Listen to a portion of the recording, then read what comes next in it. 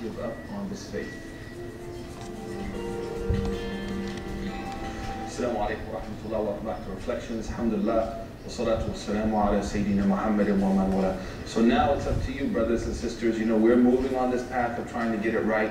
I'm like your professional trainer. I'm telling you, hey, every day you got to get in your workout with Allah subhanahu wa ta'ala. So every day at an individual level, if you're serious, take out the car key. You know, imagine right now that you're pulling out the car keys, you know, put it in the car and turn on the car for change. We got to change ourselves. We can't stay on this delusion, you know, of, you know, living in a dream world or being negligent. It's time to move forward. And if you do that, inshallah, Allah subhanahu wa ta'ala will come to you racing, inshallah, with rahmah and mercy and maghfirah. So let's get it going. You know, we've been together for 2 or 3 years, but this is a really serious show here, getting it right. And I understand it's hard. I understand there's fears out there. I understand that there's difficulties. And I understand that there's drama in our lives. All that drama, all those difficulties, all those hardships are all to reinforce the fragile reality of this dunya, the instability of this world, and the permanence and stability of the hereafter.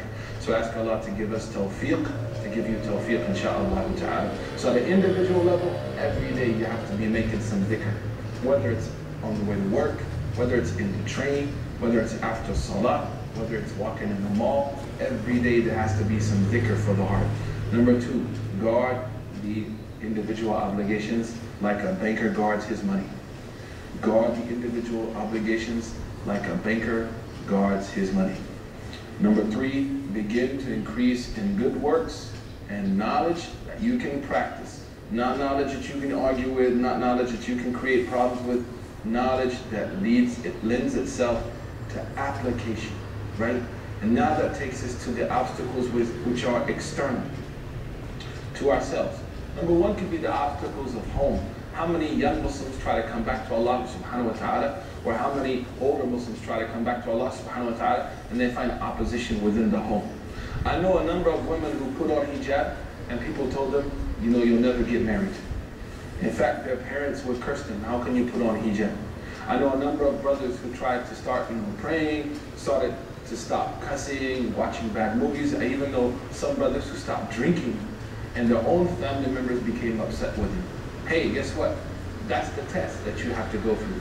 Recently in my city, you know, mashallah, we have a brother who became Muslim, and he came to me and he said, you know, my father started to attack me, my family started to attack me because I'm Muslim. I said, welcome to the club, man. You have to go through these processes because this is the way that you clean the heart, right? This is the way that you make sure it's for Allah subhanahu wa ta'ala. When we waver and we find ourselves giving up, that's a sign that the ikhlas is not there. The ikhlas is going to motivate us to keep going. As Ibn Allah Iskandari said, من علامات اعتماد على العمل وجود نقصان الرجاء عند وجود الزلل.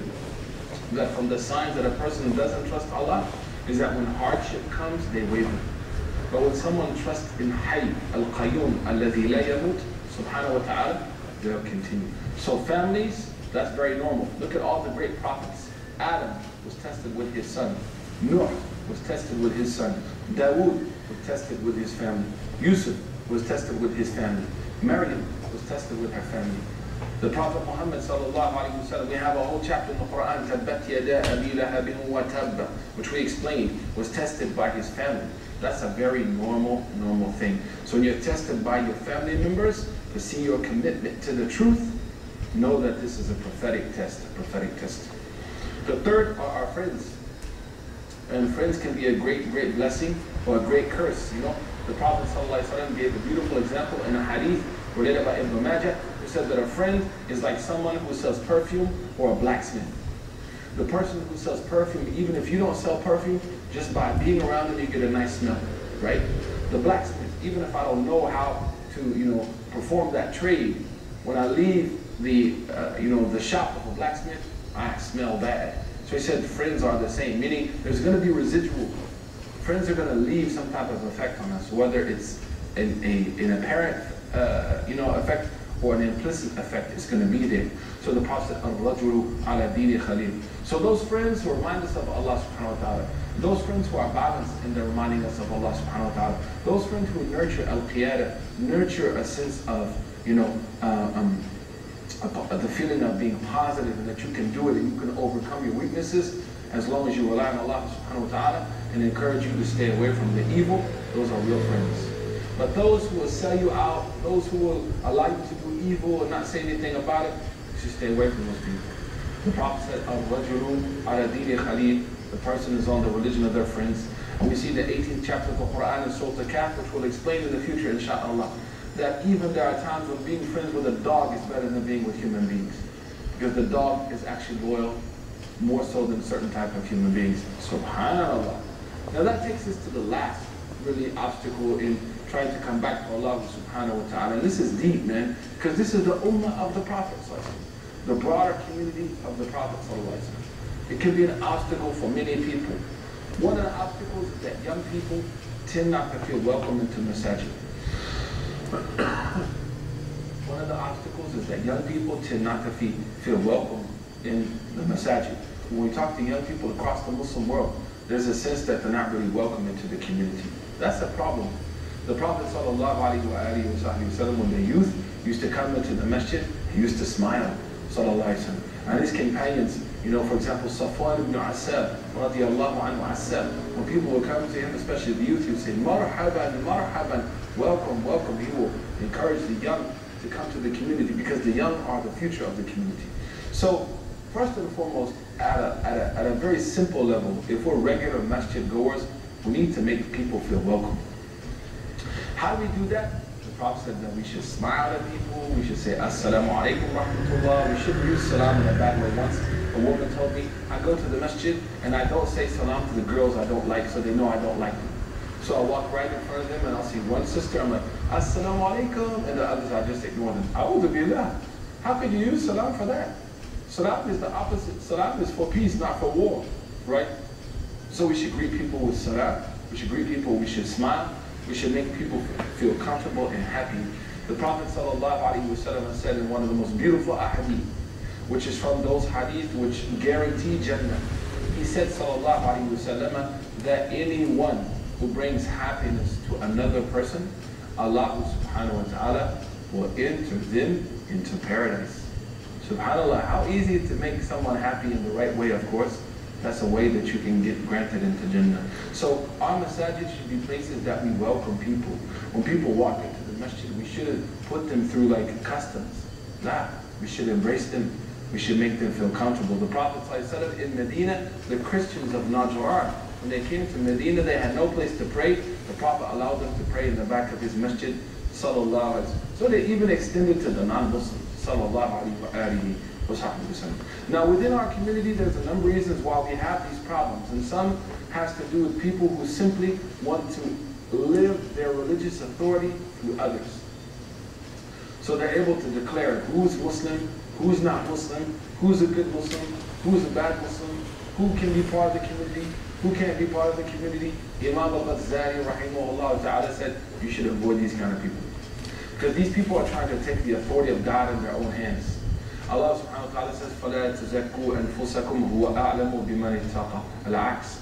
And we see that these people use certain texts in certain ahadith of the Prophet sallallahu alaihi wasallam, and they misuse them in the wrong way to say who's a good Muslim, who's a bad Muslim, who's a good Muslim, who's a bad Muslim. That's the job of the ulama.